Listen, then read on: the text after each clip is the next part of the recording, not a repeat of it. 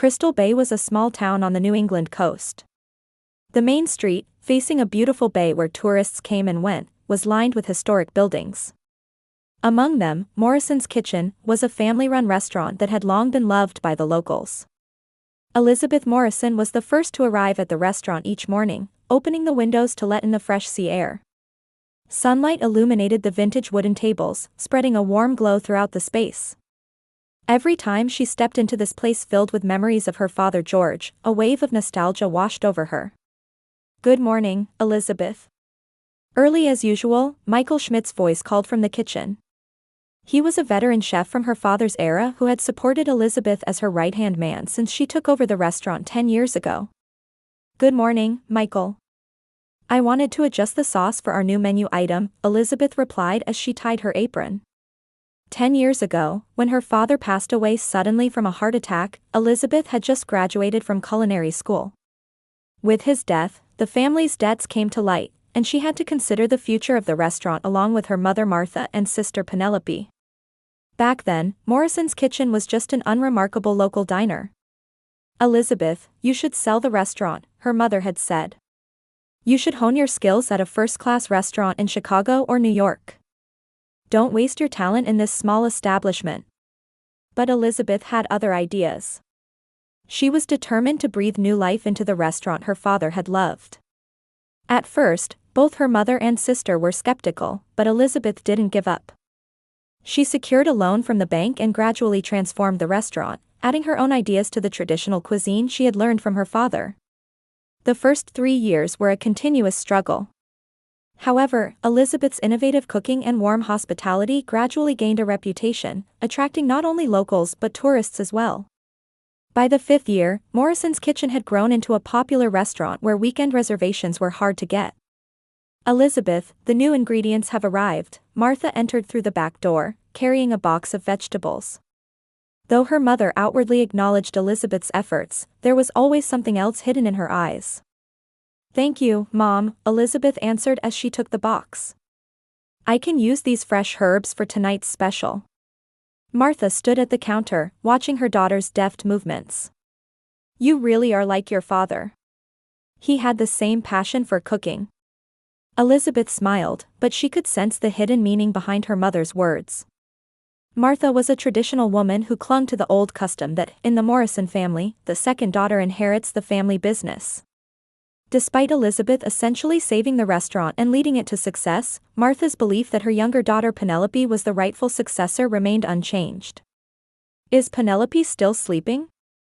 Elizabeth asked while tasting the new sauce. "She seems to have been out late last night," Martha shrugged. "She should enjoy herself while she's young."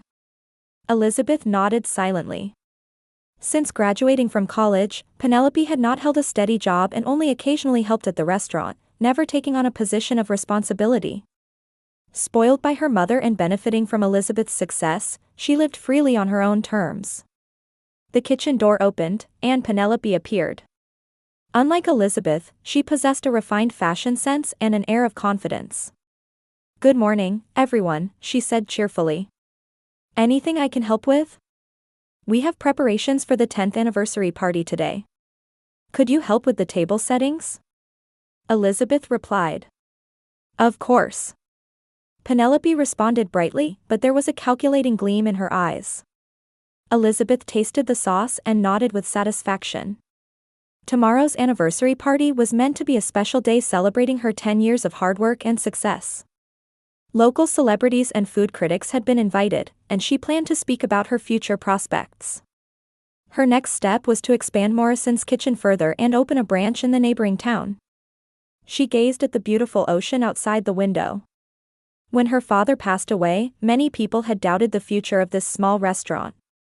But Elizabeth's passion and talent had proven them wrong, and Morrison's Kitchen was now one of the most highly regarded restaurants in the region.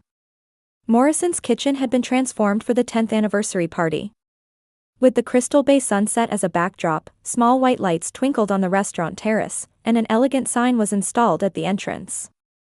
Golden letters reading, 10th Anniversary Celebration, with gratitude, swayed in the breeze. Elizabeth was busy with final preparations in the kitchen.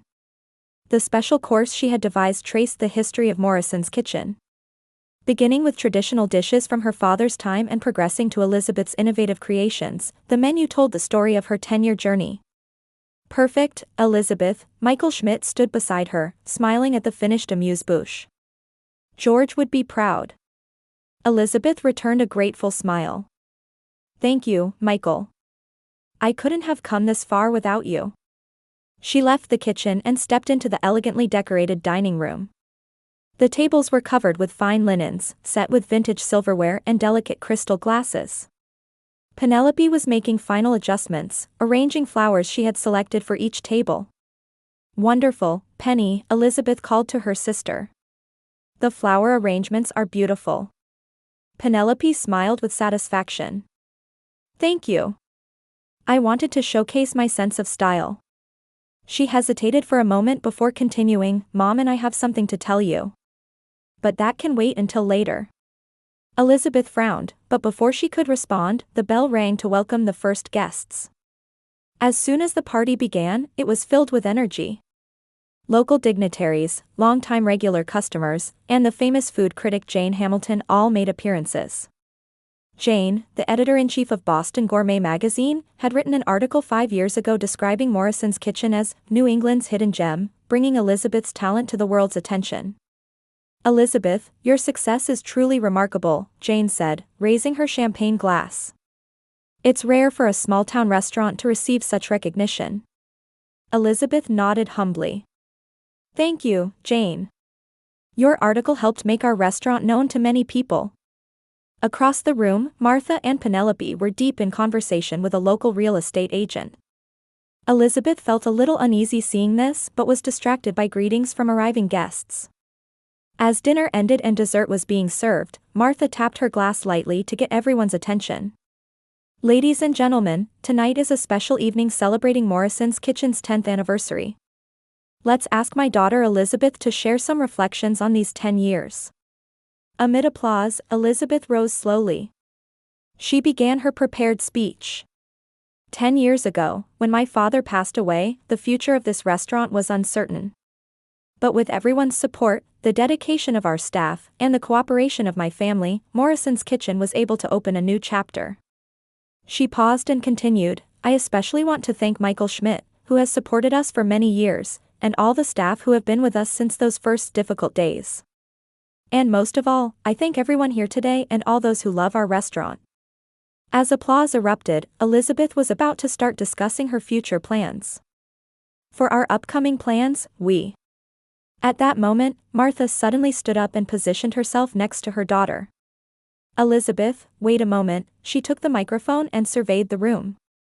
Ladies and gentlemen, we have a special announcement tonight. Elizabeth looked at her mother in surprise. Martha's face wore an expression of determination. Today is truly a special day. Thanks to Elizabeth, Morrison's Kitchen has come this far, Martha smiled briefly at her daughter before continuing. And for the next chapter, following the traditions of the Morrison family, Penelope will be taking over the restaurant. The room fell silent for a moment. Elizabeth couldn't believe her ears. She couldn't hide her shock as she stared at her mother.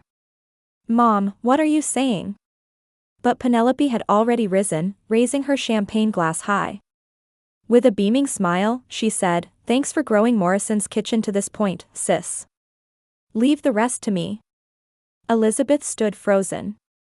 The guests showed expressions of confusion and surprise.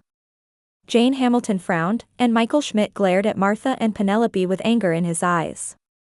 In our Morrison family, we have a tradition that the second daughter inherits the family business, Martha continued explaining in a calm voice. Elizabeth has done wonderful work. Thanks to her, this restaurant has succeeded. But now it's time to follow tradition. Elizabeth took a slow, deep breath. Her mind was in turmoil, but her professional pride supported her. From years of experience, she could maintain a smile without changing her expression. However, her eyes held deep sadness and the pain of betrayal. I see, she finally spoke. If that's the family's decision. Elizabeth slowly untied her apron and placed it on the table. It was a quiet gesture, but its meaning was clear. She looked around the room, meeting the eyes of each person who had supported her. Thank you all for everything over the years. Then she quietly headed toward the kitchen. The sound of the door closing echoed heavily through the room. The remaining guests were at a loss for words, while only Martha and Penelope wore thin smiles.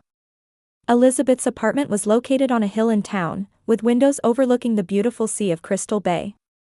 However, she had no leisure to enjoy the view.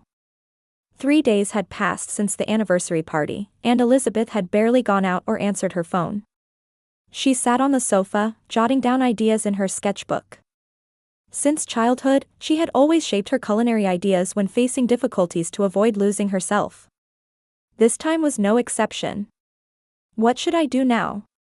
Looking out the window, Elizabeth questioned herself. She never imagined that 10 years of effort would end like this. Deep down, she knew her mother valued family traditions, but she never imagined she would take the restaurant away from her in such a public manner. The phone rang, and after hesitating for a moment, she picked up the receiver. Hello, this is Elizabeth. Elizabeth, it's Michael, the veteran chef's voice came through the phone. Are you all right? Everyone's worried. Elizabeth let out a small sigh. Thank you, Michael. I just need some time. I understand. But I thought you should know what's happening at the restaurant. Michael's voice was tinged with concern.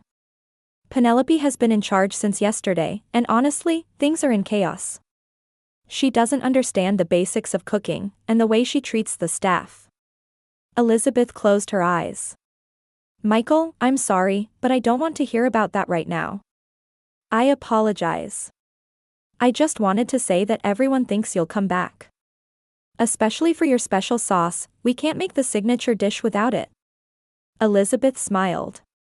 That sauce recipe was hers alone. Penelope had asked for the recipe several times, but Elizabeth always gave vague answers. Anyway, let me know if there's anything I can do to help, Michael said. We're your team, Elizabeth. After hanging up, Elizabeth went to the kitchen and brewed coffee. Michael's words encouraged her but also brought a new realization.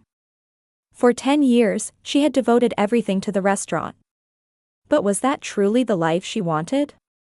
She had started to preserve her father's legacy, but somewhere along the way, her own dreams had taken a back seat. This might be a chance for a new beginning. She murmured while looking at her sketchbook.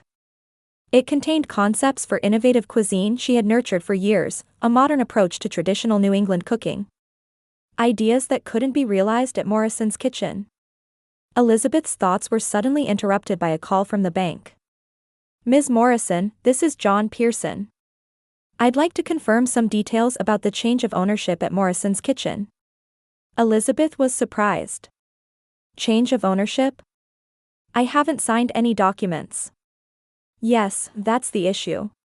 Your mother and Ms. Penelope submitted paperwork, but due to the loan, we need your approval. Elizabeth frowned. What loan are you referring to? The loan you applied for 3 months ago for expansion work and kitchen equipment upgrades. A $400,000 loan has been approved with your personal guarantee. Elizabeth caught her breath. She had planned to renovate the restaurant and secured a loan from the bank. The loan was in her personal name, and if the restaurant's ownership changed, the terms would change as well. I understand. I'll visit the bank later. As she hung up, a smile appeared on Elizabeth's face for the first time. The situation was more complex than she thought. It might not be as simple as just leaving the restaurant. Meanwhile, at Morrison's kitchen, Penelope was struggling with her first lunch service. What is this soup? I didn't order this. Penelope raised her voice in the kitchen. Michael answered calmly, Table 9, Mr. Murphy, orders this soup every Wednesday. Elizabeth makes it specially for him. But I don't know about that. Why serve something that's not on the menu? The kitchen staff exchanged glances. They all took pride in working under Elizabeth. She remembered individual regular customers' preferences and responded to special requests. That was part of Morrison's kitchen's charm. Martha tried to calm her daughter's anger. Penny, relax. This is how we do things. But it's inefficient. We need to modernize the restaurant, Penelope insisted. Elizabeth's methods are old-fashioned. She headed to the register, trying to learn the new reservation system but quickly showed irritation.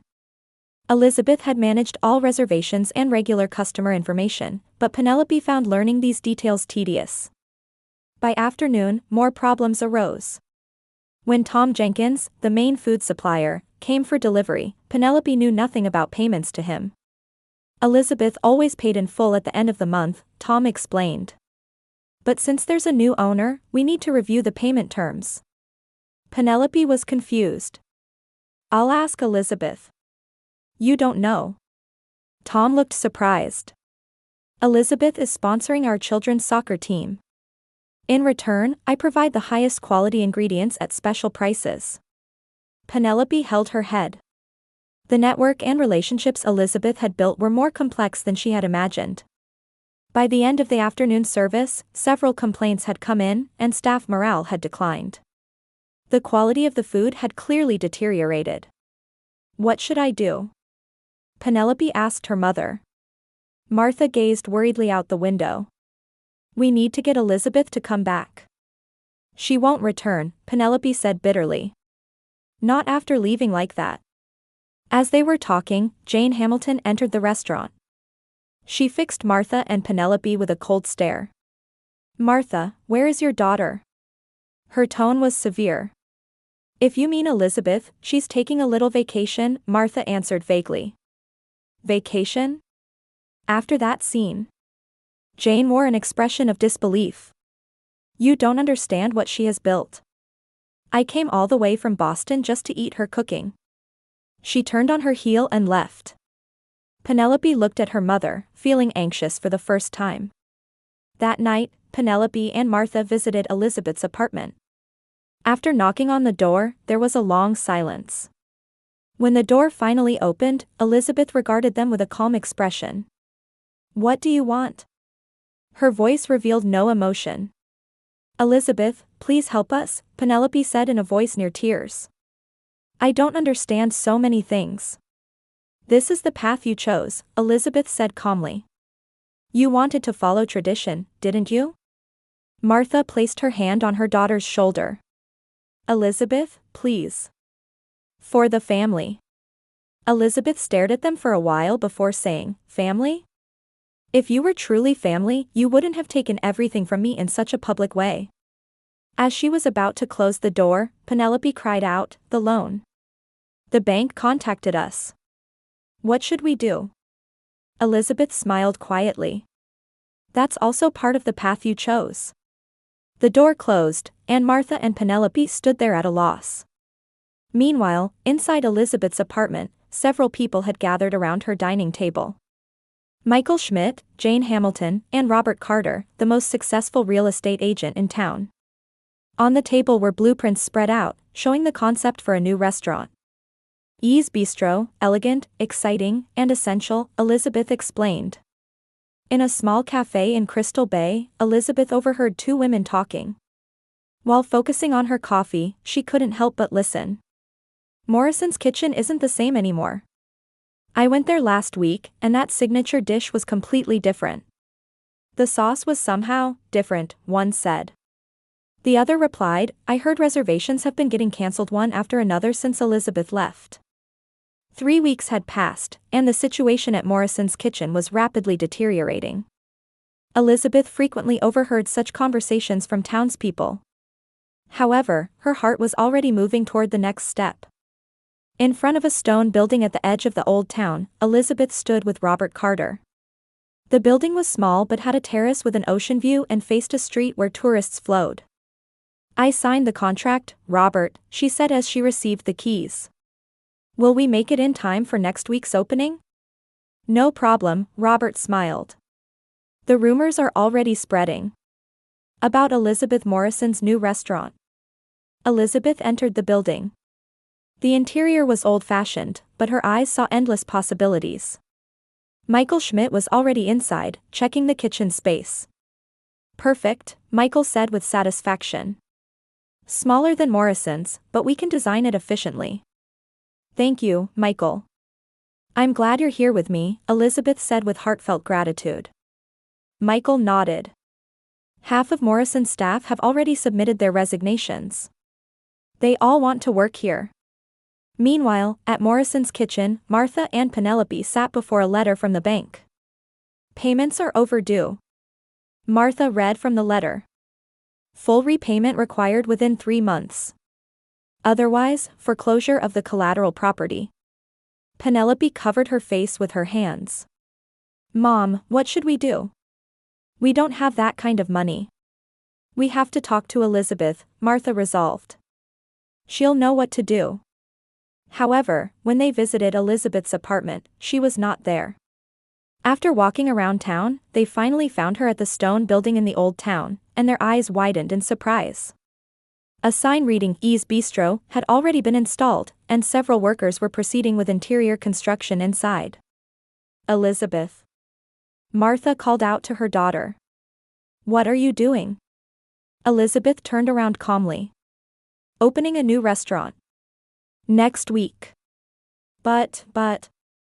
Penelope stammered. What about Morrison's? That's your problem, isn't it? Elizabeth's voice was as cold as ice. It's what you wanted. Martha took out the letter. What about the loan issue? The bank is demanding full repayment. Elizabeth stared at the two of them for a while before slowly saying, business is determined by ability, not emotions. You need to learn that. The week passed, and the opening day of E's Bistro arrived. The whole town was buzzing with rumors. Elizabeth's innovative cuisine concept and sophisticated yet warm atmosphere had created a reputation, and reservations were booked a month in advance even before opening. Elizabeth was making final preparations in the kitchen. Around her were staff who had come from Morrison's. Their faces were filled with joy and expectation. Everyone, today is the beginning of something new, Elizabeth said. We're not just opening a restaurant, we're creating a place to express our passion and creativity. Michael placed his hand on her shoulder. We're ready. Let's open the doors. The first day was a great success. Customers were impressed with her new menu, and her famous sauce used in new dishes was particularly praised. Jane Hamilton also visited, taking earnest notes about the restaurant and food. Wonderful, Elizabeth, Jane said after closing. I'll write an article about tonight's experience. It will be a feature story. The following week, Boston Gourmet magazine published an article with the headline, Genius Chef's Resurrection, Innovation Born from Genuine Passion. The article praised E's Bistro and highly commended Elizabeth's talent and perseverance. And at the end, it read. Meanwhile, the once-renowned Morrison's kitchen seems to be rapidly declining. The decrease in food quality under new management and service disruptions due to inexperience have been noted. This proves that tradition alone cannot survive in today's competitive restaurant industry. Martha and Penelope read the article and were devastated. The restaurant was losing customers, staff kept quitting, and debts were mounting. Final notices from the bank had also arrived, and Morrison's kitchen's future was shrouded in darkness. It's over, Martha said, looking around the empty restaurant. Not yet, Penelope said with a determined voice. Let's ask Elizabeth to teach us. I may not even come close to her level, but I'm ready to learn. The two headed to E's Bistro. Entering the full restaurant, they saw Elizabeth chatting with guests. She seemed more confident and vibrant than before. Martha clutched Penelope's hand. As they approached, Elizabeth stopped her conversation and looked at them. We'd like to talk, Martha said in a small voice. Elizabeth nodded slightly, and the three went out to the terrace. Against the backdrop of Crystal Bay's night view, Martha spoke first. I was wrong, Elizabeth. I clung to my own values and ignored your talent and efforts. I'm truly sorry. Penelope, with tears in her eyes, said, I realized how immature I was. The restaurant is on the verge of bankruptcy, but we brought this on ourselves. Elizabeth looked at them silently for a while. Anger and sadness were swirling inside her, but she also felt a strange sense of liberation. Morrison's kitchen is my father's legacy, she finally spoke. It would be sad to see it lost. There's nothing we can do, Martha said resignedly. Elizabeth took a deep breath and said, there is one way. Martha and Penelope looked at her with hope. "I'll buy Morrison's," Elizabeth said quietly.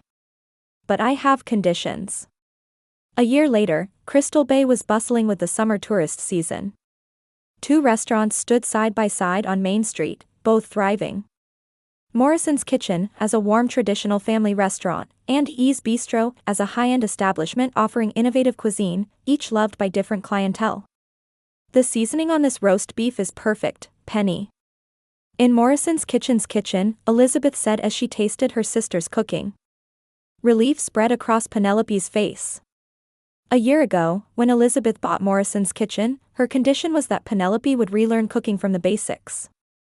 Though resistant at first, she gradually awakened to the joy and depth of cooking and was now growing into a fine chef. "Thank you, sis," Penelope said sincerely. "I couldn't have come this far without your guidance." Elizabeth smiled. The solution she had proposed was to manage two restaurants. Morrison's Kitchen would preserve traditional cooking as the family legacy, while at E's Bistro, she could fully express her creativity. And Penelope would learn cooking from scratch, eventually taking over Morrison's management. Martha also entered the kitchen. She looked at her daughters with tears in her eyes. "You're both so wonderful. I'm proud of you." Martha had changed significantly too. She had abandoned her old values and now properly appreciated both daughters' talents. She now handled accounting and reservation management for both restaurants and used her experience to advise local women entrepreneurs. "I should start preparing for the evening service at E's Bistro," Elizabeth prepared to leave the kitchen. "Did you see the food critics article the other day?" Penelope asked proudly.